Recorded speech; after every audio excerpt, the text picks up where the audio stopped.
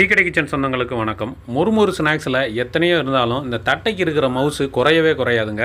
Evening tea டைமில் டீயோடு சேர்த்து சாப்பிட்றதுக்கு இந்த தட்டை செம்மையான ஒரு காம்பினேஷனாக இருக்கும். இன்றைக்கி வீடியோவில் இந்த தட்டைக்கு என்னென்ன பொருட்கள் சேர்க்கணும், எப்படி பக்குவமாக ரெடி பண்ணணும் அப்படிங்கிறது தான் ரொம்ப முக்கியம். கவனமாக பாருங்கள். சூப்பரான ஒரு கைத்தட்டை தான் செய்ய போகிறோம். அந்த கைத்தட்டை செய்கிறதுக்கு ஒரு மிக்சிங் பவுல் எடுத்து வச்சுக்கோங்க. இதில் அதாவது 300 கிராம் இருக்கும் மெஷர்மெண்ட்டில் 2 கப் மைதா மாவு எடுத்து இந்த பவுலில் சேர்த்துருங்க. சேர்த்துட்டு இதோட ஒரு பச்சரிசி மாவு, வறுக்காத மாவு ஒரு 1/4 கப்பு சேர்த்துக்கோங்க. மைதா மாவுக்கு பதிலாக நீங்கள் இந்த இடத்துல கோதுமை மாவு கூட 2 கப்பு சேர்த்துக்கலாம். ஒரு 1/2 டீஸ்பூனு சீரகம் நல்லா நசுக்கிட்டு சேர்த்து விட்ருங்க. 4 டீஸ்பூன் ஓமம் அதையும் லேசாக கசக்கிட்டு உள்ளே சேர்த்துருங்க. அடுத்து ஒரு டேபிள் ஸ்பூன் மிளகு எடுத்து இந்த மாதிரி 1-2 நுறுக்கிட்டு உள்ளே சேர்த்துக்கோங்க. இது வந்து மிளகு காரம் மட்டும்தான், அதனால் நீங்கள் மிளகு வந்து எந்த அளவுக்கு தேவையோ அந்த அளவுக்கு சேர்த்துக்கோங்க. உப்பு ஒரு 1/4 டீஸ்பூனு. இப்போ எல்லாத்தையும் ஒரு தடவை நல்லா கலந்து விட்டுக்கலாம். கலந்து விட்ட பிறகு எண்ணெய் 2 டேபிள் ஸ்பூன் சேர்த்துக்கோங்க.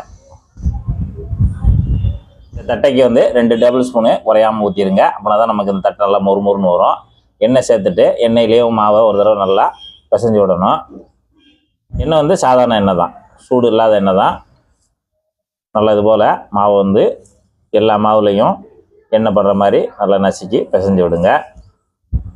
நல்லா எண்ணெய் இந்த அளவுக்கு நல்லா ஒரு பதமாக இருக்கணும். அந்த மாவுலேயே எண்ணெய் இந்த அளவுக்கு பதமாக இருக்கணும். அப்படின்னா தான் தட்டை நல்லா மொறுமொறுன்னு டேஸ்ட்டாக வரும். அப்புறம் இந்த தட்டைக்கு வந்து தண்ணி வந்து சூடான தண்ணி தான் ஊற்றணும். நல்லா வெதுன்னு சுட வச்சுக்கோங்க. சுட வச்ச தண்ணி ஒரு 100 ml சேர்த்துக்கலாம். நம்ம எண்ணெய் நிறையா சேர்த்துருக்கனால தண்ணி வந்து கொஞ்சம் கொஞ்சமாக ஊற்றி மாவு பிசைஞ்சிக்கலாம். சூடான தண்ணி லேசாக நல்லா கலந்து விட்டுக்கோங்க. 100 ml தண்ணி சேர்த்து இந்த அளவுக்கு பிசைஞ்சிருக்கோம். அப்போ தண்ணி இன்னொரு 50 ml சேர்த்துக்கலாம். முழுக்கவே சூடான தண்ணி தான் பிசையணும். நல்லா கெட்டி பதத்துக்கு ஒரு சப்பாத்தி மாவு பதத்துக்கு நல்லா பிசைஞ்சு எடுத்துடலாம். 150 ml தண்ணி சேர்த்து நல்லா மாவு பிசைஞ்சாச்சு. மாவு பார்த்தீங்கன்னா இந்த மாதிரி இருக்கும், கொஞ்சம் டைட்டாகவே இருக்கணும், ரொம்ப லூஸாக இருந்துட வேண்டாம், இந்த அளவுக்கு இருக்கணும். இப்போ கைத்தட்டைக்கு மாவு ரெடியாக இருக்குது. மாவு பிசைஞ்சு வச்சுருக்க மாவில் கொஞ்சமாக எடுங்க. அதாவது சின்ன கோழிக்காய் சைஸுக்கு கணக்கு பண்ணி எடுங்க. இந்த அளவுக்கு எடுத்தால் போதும். எடுத்துகிட்டு உள்ளங்கையில் வச்சு சும்மா ஒரு உருட்டுங்க. ரஃபாக உருட்டினாலும் போதும். உருட்டிட்டு அப்படியே உள்ளங்காய் வச்சு நறுடி நல்லா அழுத்தி விடுங்க. நல்லா அப்படி அழுத்துனீங்கன்னா என்ன ஷேப் வருதோ அதுதான் தட்டை. பார்த்தீங்கன்னா இந்த கணத்துக்கு வந்தால் போதும்.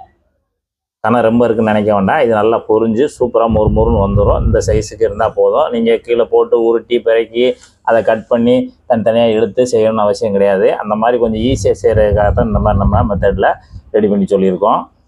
இந்த மாதிரி தட்டை பச்சரிசி மாவுலையும் பண்ணலாம். அந்த பச்சரிசி மாவு தட்டைக்கு என்னென்ன பொருட்கள் சேர்க்கணும், அதை எப்படி பக்குவமாக ரெடி பண்ணணும் அப்படிங்கிற வீடியோ உங்களுக்கு வேணும் அப்படின்னா கமெண்ட்டில் அரிசி தட்டை அப்படின்னு சொல்லி டைப் பண்ணுங்கள். கூடிய சீக்கிரம் உங்களுக்காக அந்த வீடியோவும் போட்டுடலாம். நம்ம தேவையான அளவுக்கு இந்த கடாயில் எண்ணெய் சேர்த்துருக்கோம். எண்ணெய் சூடு வந்து நல்லா சூடாயிரும். நல்லா சூடானோடனே அடுப்பு மீடியத்துக்கு வச்சுக்கோங்க. மீடியத்துக்கு வச்சுட்டு இப்போ நல்லா சூடில் இருக்குது. இப்போ எடுத்து நம்ம ஒன்றுனா உள்ளே சேர்த்துடலாம். நம்ம உள்ளே போடும்போது இந்த மாதிரி லேசான பபுள்ஸ் வந்தாலே போதும். ஏன்னா இது வந்து கொஞ்சம் கனமாக இருக்கிறனால மெதுவாக பொறுமையாக நல்லா பொரிஞ்சு வரணும். இப்போ என்னோட சூடுக்கு தகுந்தாப்புல, என்னோட அளவுக்கு தகுந்தாப்புல நம்ம வந்து செய்து வச்சுக்கக்கூடிய கைத்தட்டையை அப்படியே ஒன்று கைட்டே எடுத்து போட்டுருங்க.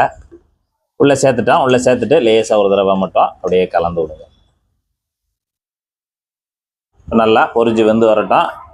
தட்டையெல்லாம் உள்ளே சேர்த்து ஒரு 2 நிமிஷம் ஆச்சு. 2 நிமிஷத்தில் எல்லாமே எண்ணெயில் மிதந்து வந்துருச்சு. நல்லா மிதந்து வந்து சூப்பராக பொரிஞ்சு வந்துக்கிட்டு இருக்குது. நல்லா பொறுமையாக மீடியமான ஹீட்டில் தான் மெதுவாக பொரிஞ்சு வரணும். ஹை ஃப்ளேமில் வச்சிட வேண்டாம். பார்த்தீங்கன்னா நல்லா தட்டை பூரா சூப்பராக பொரிஞ்சு வந்துச்சு. நல்லா இந்த அளவுக்கு நல்லா செவந்து வந்துடணும். அப்படி தான் நமக்கு பொரிஞ்சு வரும். கிட்டத்தட்ட நமக்கு ஒரு 5 6 நிமிஷம் மிதமான ஹீட்டில் நல்லா பொறுமையாக பொரிச்சு எடுக்கணும். இந்த மாதிரி நல்லா பொன்னிறமாக வந்த உடனே அரிசி எடுத்துடலாம்.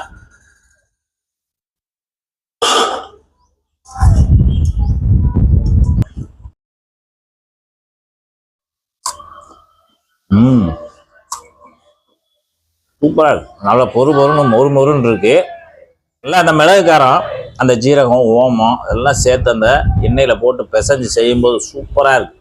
ஒரு ஈஸியாக ஒரு தட்டை செய்யணும்னு நினச்சிங்கன்னா இந்த கைத்தட்டையை கண்டிப்பாக செய்யுங்க, உங்களுக்கு பிடிக்கும். இதே போல் இதே மெத்தடில் செய்து சாப்பிட்டு பார்த்துட்டு எப்படி வந்தன்றதை மறக்காமல் கமெண்ட்டில் சொல்லுங்கள். நன்றி, வணக்கம்.